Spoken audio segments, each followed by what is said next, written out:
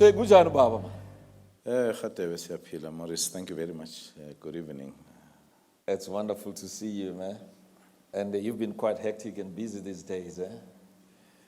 Yeah, I heard you referring to your friend here who's retired. I've just realized that when nobody pays you, everybody uses you. So, yeah, I get a lot of these national issues.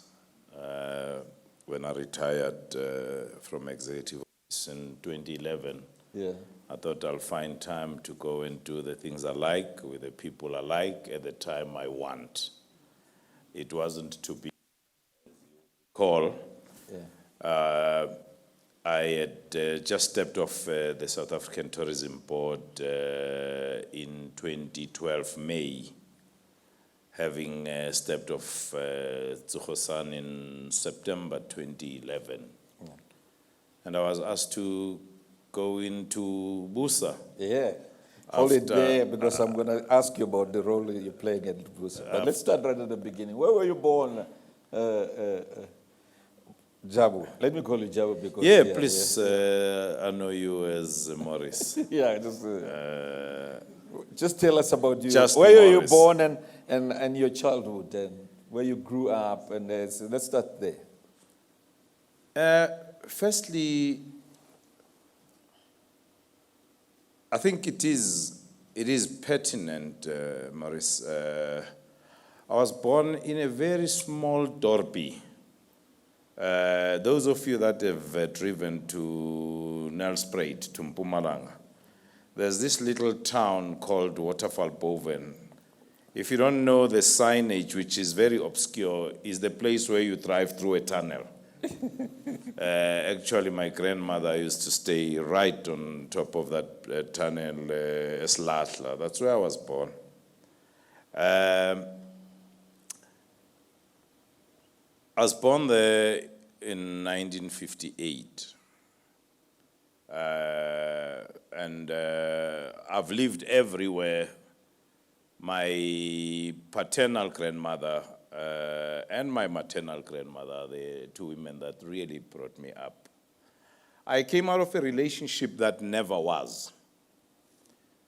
I think the only thing that my mother and father had was me, and that was the end of the relationship they've had. So in 1975, 74, 73, I'm lying, 1971, my parents got relocated, forcibly removed, and settled in Chief Mbuyane's place in White River, just outside White River, outside Gapogwen. And then 1972, I actually went there and did my Standard 4. Then 1973, I did my Standard 6. And then I went to a school in Komatiport called Nkomazi. Those are kind of schools that they worse than reformatory schools. Stout school. Yeah, exactly. It's worse than a stout school. So I went to Komatiport 73, 74, 74, 75 was that Frelimo Mozambique story, and it really then coincided with the 1976 situation, and went back to write my exam, again Form 3, JC 1977, and after passing I was expelled, and that year, 1977, my father, when I got home for December holidays, went out on a drinking spree with my cousin, and a week later my father disowned me. Because one, I was sent to school, went and did other things, got expelled, and secondly, I'm now drinking alcohol. And my father was not going to have any part of that. So my father disowned me. And 1978, my cousin sister was doing medicine at the University of Natal, Wentworth, used some of her bursaries and took me with to Ohlange High School. Ohlange High School is in the north of Durban. That's a school that was founded by the founding president of the African National Congress, Dr. John Langalibalele Dube. It is where Mandela voted on the grave of Dr. Dube. So I went to Ohlange. So I matriculated to Ohlange in 1979, but before then, my past caught up with me. So I was back at home, and then I came back to write my exam. And that's a very... Stayed for a year, and then I was in Teflop with Morris 1981. Tell us about your Teflop life a little bit. Yeah, as I had told you that I've been disowned, so my father and I made up in 1979, and he got retrenched in 1980, and somebody donated some check to pay for my fees, and I was at Teflop 81, and the check bounced. And so in between that, I had to drive taxis to supplement my fees. So as and when Morris and them thought we should boycott classes, I thought, this is wasting my time. If I can't generate revenue here at school, I must go back home and drive taxis. So I continued to moonlight between studying and driving taxis. And I dropped out of law school at Teflop after 2 years and came back home and continued to drive taxis, organized the taxi movement. That's a very important part, which I'd like to explore a little bit. Taxi industry is a very rough industry and a very notorious industry. How did you survive in that industry? As I said, it was, I happened to have found this owner who was happy that I could drive his taxi for 3 weeks. And for the 1 week, I would be working for myself to pay for my fees. And I then got involved with the taxi owners. At the time, there was a lot happening in the taxi industry. Some of you would remember that, but you're too young. We wanted to buy Padco. So the idea of wanting to own airlines, we've always been dreaming big. We wanted to buy Padco, and in that negotiating team of SAPTA that wanted to buy Padco, in the room there was one Craig Williamson. Unbeknown to us, but he was part of the negotiating team from the Kaleo family. Craig Williamson is a super spy. Yep. Oh, wow. And now I understand why it was in the interest of the National Party government to have somebody like that in that meeting. Because I don't know whether you've seen what happens when taxis are on a mission. They can gridlock any city, no fire engine, no ambulance, no police, no car can move. They can just block Ilov Street. That's the end of the story. Yeah. So it was in the interest of government, if you're now going to put these people on buses, because then we carried more passengers than the subsidized buses and trains. So SAPTA did a lot of good things at the time. One of the things that we did, Maurice, was through the SAPTA Foundation, we took stock felling to another level. We took in peer pressure and collateral to another level. We created a fund that we could go to West Bank. Firstly, these were people that were not fundable. I mean, the taxis we had to trade in were the Constantias, the Valiants. When the Kombi E20 taxis came in, the Zolapards, the Mary Deckers, the Isuzus came in. And the Constantias and the Valiants and the Commandos had no value. Yeah. So we had to put in a fund that became a collateral for everybody. So a taxi guy would donate money, put money in here, and that fund would stand security for everybody who wanted to buy a taxi. Sure. And if it defaults, all of us would then.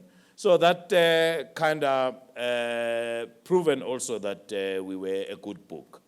By the time I left,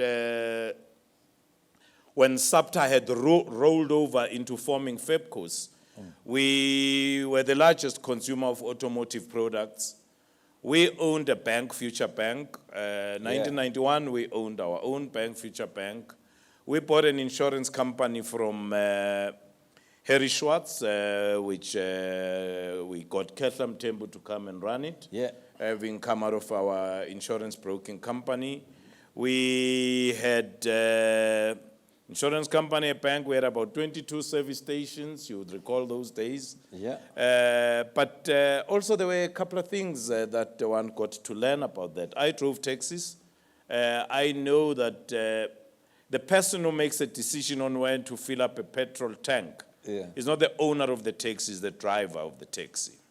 So we had taxi guys buying shares. I learned that very well. Yeah, we had because I was a child at that time. Yeah, we had taxi owners buying shares. Because we thought if they own their shares, they will support their business. But we forgot this little detail, that we had promised them that they will get dividends. They bought their shares, I think it was 50 Rand. The quarter, the half year ended, there were no dividends. And the taxi guys, then you don't mess up with those guys. I say, when there are 8 people in a lift, one with an AK-47, who's the majority? So you don't mess up with those guys. They would lock the door and said, you will give us dividends, you promised us dividends. Now you come tell us a story that the cars did not fill up here. Little did we realize that the taxi driver would fill up at Soli's garage, because there at the end of every six months, he gets half a scalp, or because the girlfriend works there, he picks her up when they knock off. Never fills up at the one that's owned by the taxi owners. So that's how you just get the cap or exactly. And or you can bring your car here for greasing, or you get a trip to Sun City. We busy waiting for them to fill up there. So I learned certain things about the difference between revenue and profit. That's good. Let's talk now about the role you played in South Africa, particularly during the whole democratic liberation struggle. And I consider you as one of the midwives for 1994 role. And I remember on TV now and again I would see you. Those who watch Codesa, most of you couldn't even remember it. Jabu would make sure all the logistics work in the hall, including when Madiba was about to talk, make sure that Madiba knows where to sign when he needs to sign. So tell us about that National Peace Convention and your role there. Maurice, 1990, late 1990, 91, our country was in flames. That is why when we engage with in a process that we're working with, led by Deputy Judge President Mseneke now, Deputy Chief Justice as they call them now, trying to convene all these factions in this educational fees must fall space. In 1990, the country was in flames. People were being shot at the trains. Hostel dwellers and local communities were at each other. It was black on black violence, Zulu versus Xhosa. It was just terrible in our country. President de Klerk convened a peace thing at the CSIR, which was attended by all the homeland leaders and the tricameral participants, except for the progressive forces and the liberation movements. So the violence did not stop after that. And John Hall, who was the president of SACOP then, I was chief executive of FEPCOS at the time, and Dr. Sam Tswenyane was president of NAFCOC. The three business leaders and 9 church leaders, Johann Haynes, Ray Macaulay was one of them, presiding bishop of the Methodist Church, Jabu Mabuza, Tutu, Bishop Mukhoba. There were 9 church leaders. The 12 of us got together and said, here and no further. We called all these politicians, locked them at Palo World, and said, you guys aren't going anywhere until you agree to commit to a peace process. That culminated in September the 9th, I think, or the 21st, one of those 2 dates at the Carlton Center, where I was the host of the signing of the Peace Accord. The signing of the Peace Accord became the precursor of politicians going to the World Trade Center to start negotiating about our political process. And then business people went to the National Economic Forum to form what is today NEDLEC. So yeah, that was the National Peace Convention. And yeah, it was one of the greatest moments that the country has given me. South Africa has given me a lot. And one of those privileges was to play part in bringing that conducive peace for negotiations. That was an awesome moment. I think I was there watching Jabu operating. Let's give him a round of applause for that. It seems that history is calling you again in our country to play a role. But just give us your reflection of what's going on in our country today. Yeah, Maurice, yeah, I guess, you know, South Africans, when they have these problems, that's when I think they get together faster. We definitely are in a tipping point in our society. Just as a business person, I think we've been more focusing on growth, why we're not having this inclusive growth, why we're not able to do the things we should do. But on the socio-political side, things have kind of gotten off rails. There is clearly a society that is looking for leadership. And leaders must stand up. Leaders must stand up and lead. Leaders must try and give hope and inspiration to our people. Leaders must lead ngeqiniso, they must lead truthfully, they must lead ethically. And I'm talking about leaders across the board. Leaders in society, leaders in communities, leaders in the churches, leaders at school, leaders in business. We definitely are at a place where we have for some time allowed a very big cancer to eat into the fabric of our society. And I think part of it has to do with the leadership that we got, our political leaders that we got after our democracy. I think society was very engaged, the citizens were very engaged. I think President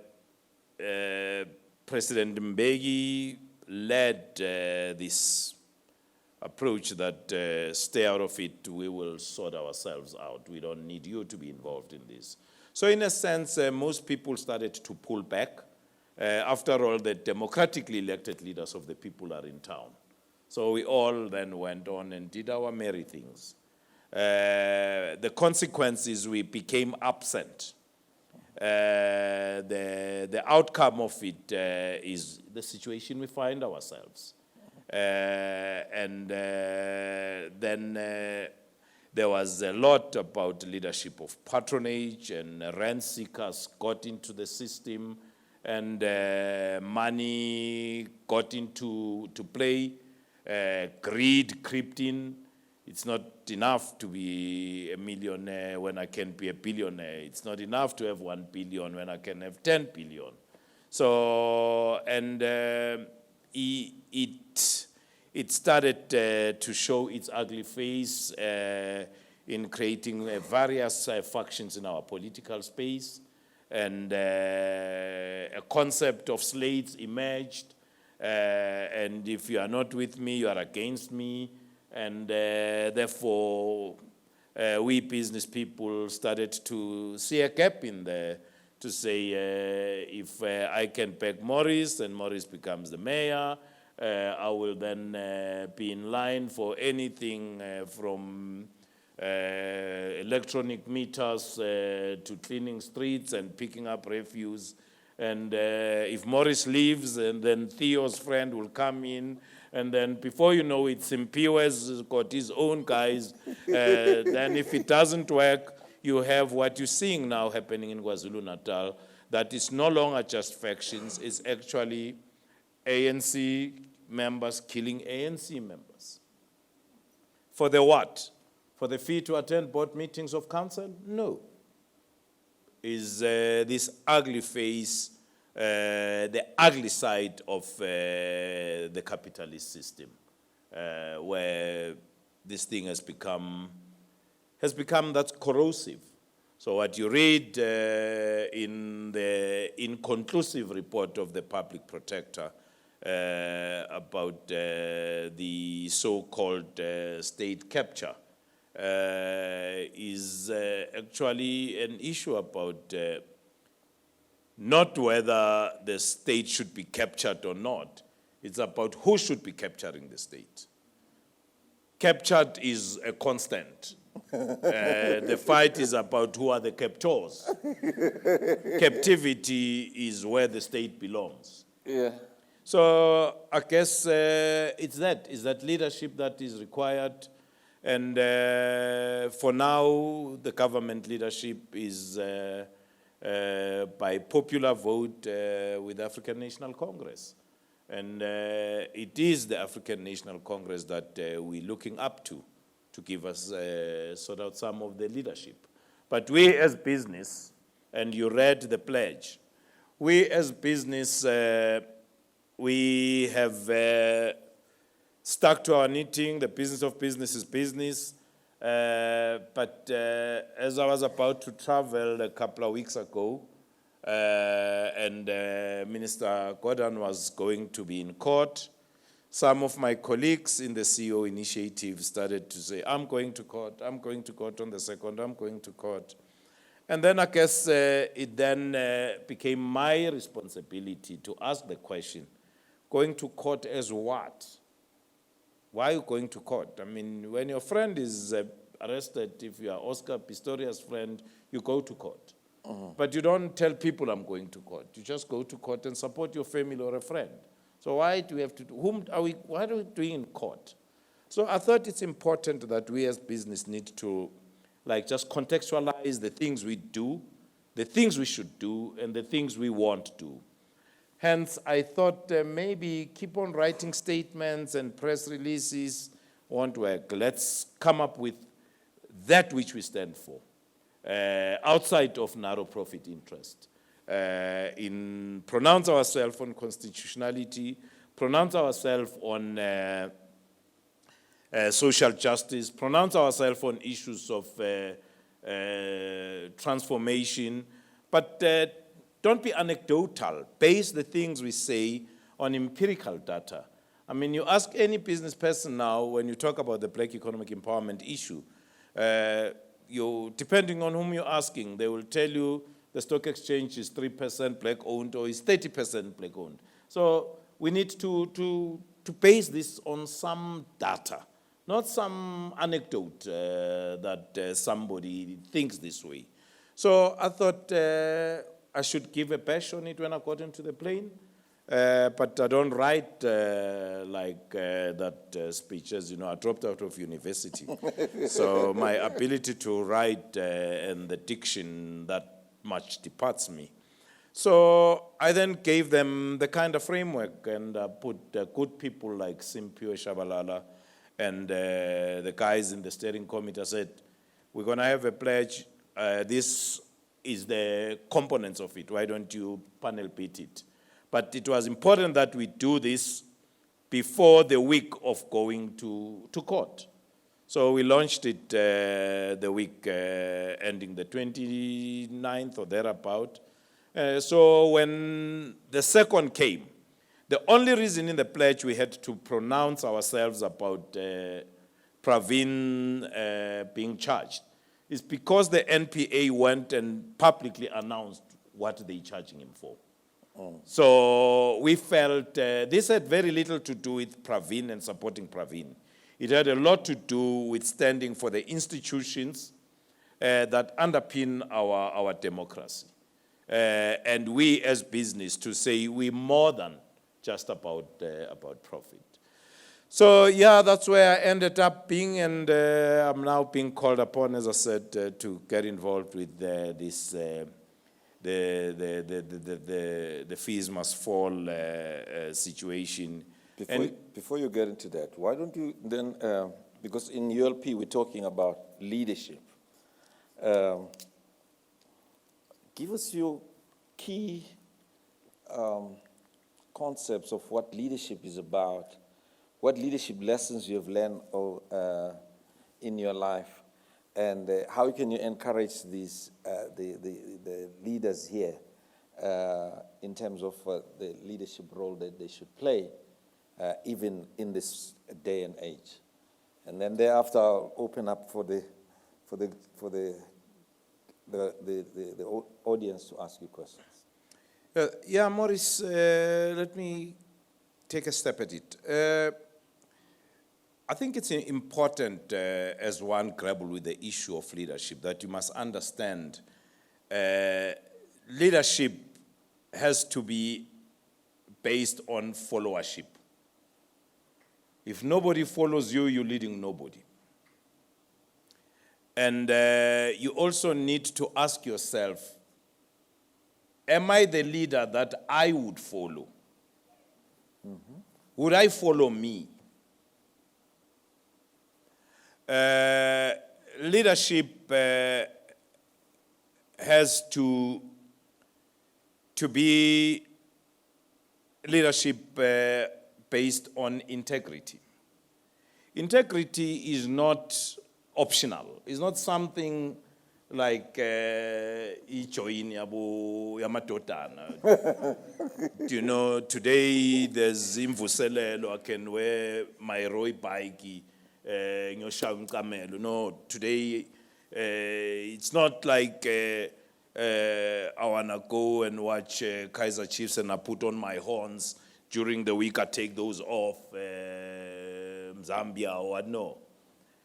Integrity is like principles, it's a value. And people confuse wisdom with integrity. And the analogy I can give is when you find yourself in a crossroad, the ability to decide which path to take next is wisdom. Integrity is staying the path you have chosen. You choose, I'm going to go right or left, and you go right. And when you get there, you find that it's hilly. Integrity is you stay that path. You're not saying, I'm going back to the T-junction again, maybe I'm going to go left. Integrity, I play golf, is doing the right thing and do it right. You see, when you go to these public showers, you get there, you're in the shower now. Nature calls. You just don't urinate in the shower. No, you just don't just let go. You get out, you wipe yourself, you go to the urinal, and you urinate there. And you shake your tool, you come back into the shower and continue showering. That's integrity.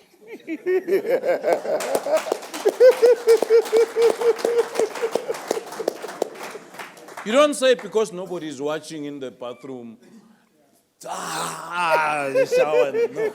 You go out and come back. That's integrity. Also, what I've learned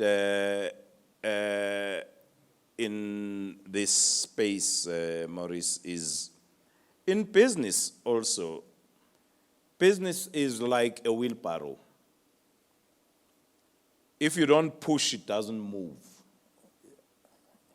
You will find it where you left it. Yeah. Nothing is easy in business. And you can, in business, you can eat well and sleep well. You know, I'm no angel. But when I'm asleep in my house and I hear a sound of something from outside, it must be some thug.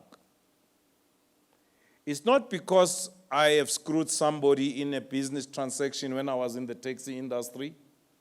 It's not because I have messed up with somebody's woman elsewhere. So it would be just somebody who wants some flat screen TV or my car, which I bought with my after-tax money. So I sleep well in a bed that I bought, and I have eaten a good dinner. So you can eat well and sleep well. Success is not attributable to people that have got quicker and a funnier way of making money. You don't have to do crime. You don't have to sell drugs. You don't have to sell your body. You don't need a blesser. You don't need to do things that aren't good. You can work hard, put the hours, demand your pound of flesh, and be paid well for what you're doing. I'm paid well, or I was paid well for what I was doing, and I sleep well. But I'm at peace with myself. So the other point is this issue, and you've done a lot in this space from the starting of what ULP is, Maurice. That this whole concept of mentorship versus role modeling. You see, your concept of mentorship is the one that I think resonates with me. And I differentiate mentorship to role modeling. You know, role modeling is, I want to be like Baby Otumo. Babe Sotumo. I want to be like Arthur. I want to be like Pizzo Msiman. No, you don't know what Jingles has been through. You don't know what Pizzo has been through as a player at Cosmos, at Pirates. How many times Sundowns were supposed to fire him as against, I want to be mentored by Pizzo. You don't know when you see some Sbu and Sean Pisane pull their Rolls Royce, how they got there, you just want to be like them. So I have an issue with role modeling. I'm for mentoring. But mentoring that does not assume an osmosis process of coming from a higher concentrated level to a lower concentrated level.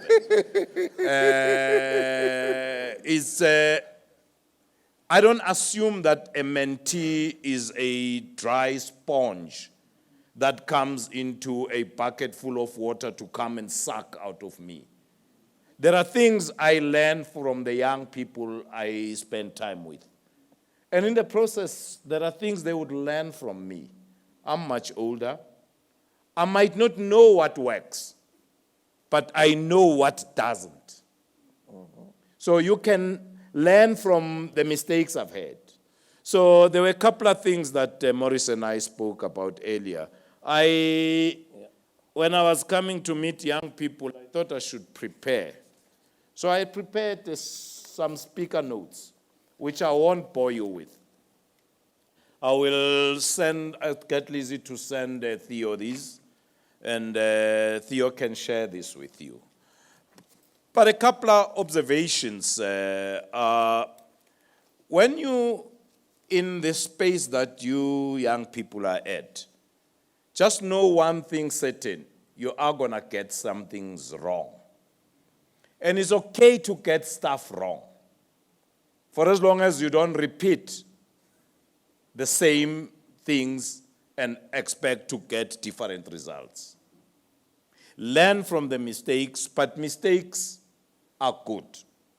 Learn from them and do it better next time. So don't fancy yourself to be a star. Just hardworking men and women, no prima donnas.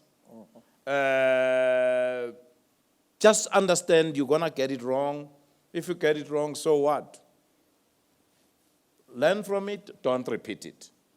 But also do understand that anything and everything you're going to do, you are responsible to a much broader stakeholder base than your kids, than your partner, than the church choir you belong to, or the work stream that you're leading in your organization, or indeed your company.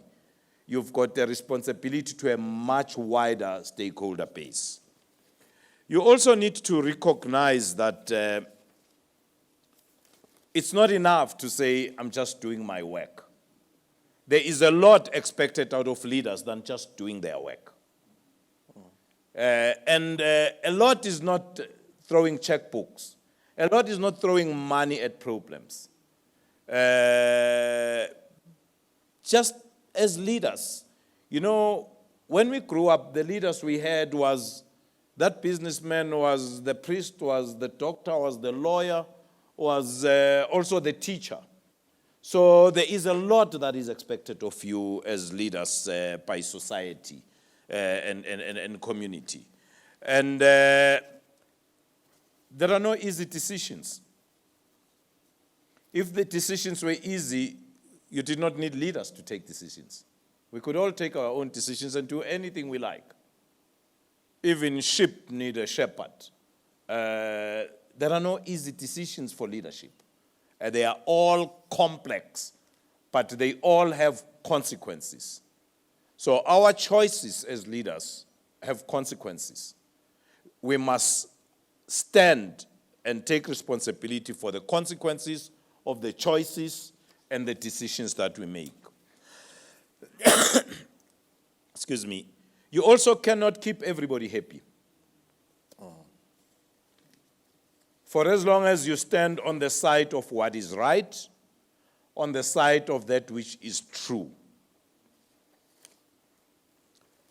And, you know, life is a relay, is a teamwork. Be a team player. You might be the captain, you might be the leader of the team, but you're a team. As they often tell you that a table is as good as the legs on which it stands. Yep. A husband is as good as the partner, the wife, the wives, the spouse, the spices they have around them. But you must also stay true to your values and ethics. Now, values and ethics are not what we put on mission statement and hang in boardrooms and in passage walls, or let them gather dust in a drawer and review them every year. Values and our ethics, honestly, are those things that you were taught by your parents. When your parents taught you that, Mtanami, I bought you a green top. Have you guys played top? I brought you a green top. Why do you have one lengati finish, manj? My child, can you explain this? I can't afford this textbook, but you've got two of the same textbook. You get what I'm trying to say? When you have to take you have finished your food, now you're eating your siblings' food. Those are values of be thankful. Please, I'm sorry. Those are the values that you still need now in life and in leadership and in business. You know, when your parents know that you don't work, Morris, but you bring groceries home on Friday. Your parents know you don't work, but there's a kusheshe parked in the garage here at home. And the police and the helicopter come around, they now don't understand why the policeman must come and arrest my child. They know you're not working. So when you don't have those values, how can we entrust you with a 50 billion rand parastatal? How can we? You are educated. You are very educated. You are an accomplished leader. You can be everything. But if you don't have those ethics and those values, you know, one of the criticism I have about us black business leaders, we are not able to have a quiet conversation with each other. Yeah. To say, Brian, just explain this thing to me. How Please. The ship in? No. Brian, wait. Just explain this thing to me. Yeah. Here is this youngster who used to head liabilities at Treasury when Maria Ramos was DG. A bright boy from Pituri. Went on to be the chief executive of the PIC. Brian Molefe could be anything he chooses to be. Yeah. If Brian wants to be president of the republic, he can be. If Brian wants to be a minister of finance, he can be. If Brian wants to be the chief executive of the World Bank, he can be. If Brian wants to be a governor of the Reserve Bank, he can be.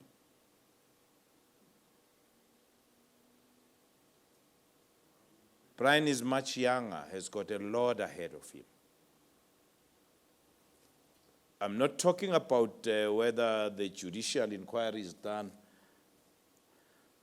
but there's a big question now about a value now, about ethics. You get what I'm trying to say? Yeah. That worries me to say, who's going to lead our country? Who's going to lead our people? I'm sure in the 50s, when the Sisulus, the Tambos, the Mandelas, the Ellen Kuzwai were in the Youth League of the ANC, our people who were oppressed, colonized, dehumanized, said, there will be our leaders here. Busobukwe will lead our people. I am worried when you talk about role models, when you hit our role model, it would take us generations to create another Brian Molefe. When our role model goes, it's not like some statue of Rhodes must fall. When Rhodes really fall, the landlords lose a role model. When Brian tumbles, a lot of us come down. And it will take a long time before it to create another Brian Molefe. Yes. So that, to me, is this ethical leadership, this value-based leadership. And as I say, the values that you were taught at home. Not the strategic planning, Gibbs or Harvard thing. The stuff that your mother told you, this is wrong, Mtanam. You've eaten, you must be full now. It's enough now, you must go and sleep.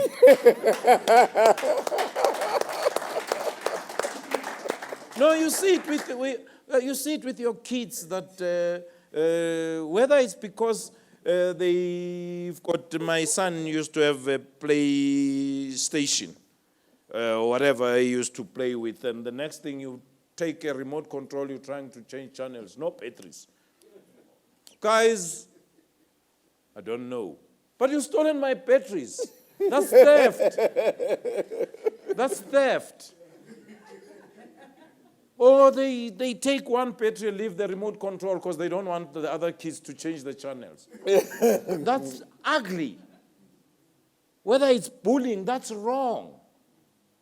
So the point I'm trying to make is those values of don't lie, tell the truth, ask for forgiveness. When you've taken something that was not yours, return it. When you have used, you've finished eating, don't just leave your table. I tell my kids, you know what? Where I grew up, in the morning, I had to go to the river to fetch water, ngekanda. Come and make fire, to have tea and futmeza manzokeza and go to school. Come back from school, go into the bush and get firewood. To get food cooked so that I can eat and wash the dishes and put them away. You guys, there's a sink in this kitchen. You leave your plates on the table because there's a maid here. She doesn't work for you, she works for your mother. I can't go into your bathrooms. I can't go into your bedrooms. Because you get there, you find 3 pairs of shoes and 8 of boots. How so? Because the socks are so dirty, they're standing on their own now.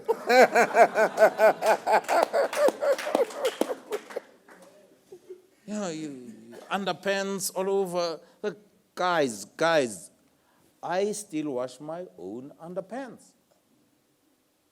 Because my father told me, this is yours. So the point I'm trying to make is, then how do you expect this person to pick up a piece of paper when they walk in their places of work? Anyway, the last comment about leadership lesson for me is I learned from the best. My father, who continues to be the person I look up to, about you must put the hours, you must put time. You will always have time to do the things you must do. or have to do. If you don't have enough time, cut from your sleeping. Also learn from Maya Khan, who was my boss at SAP. Also learned from James Chapman, I worked with with the Taxi Association, that you can earn it and you can spend it and drive unashamedly the car you want to drive. But yeah, we all can. But we all can choose the quicker and the easier route that is very, very short term. It's not sustainable. Thank you.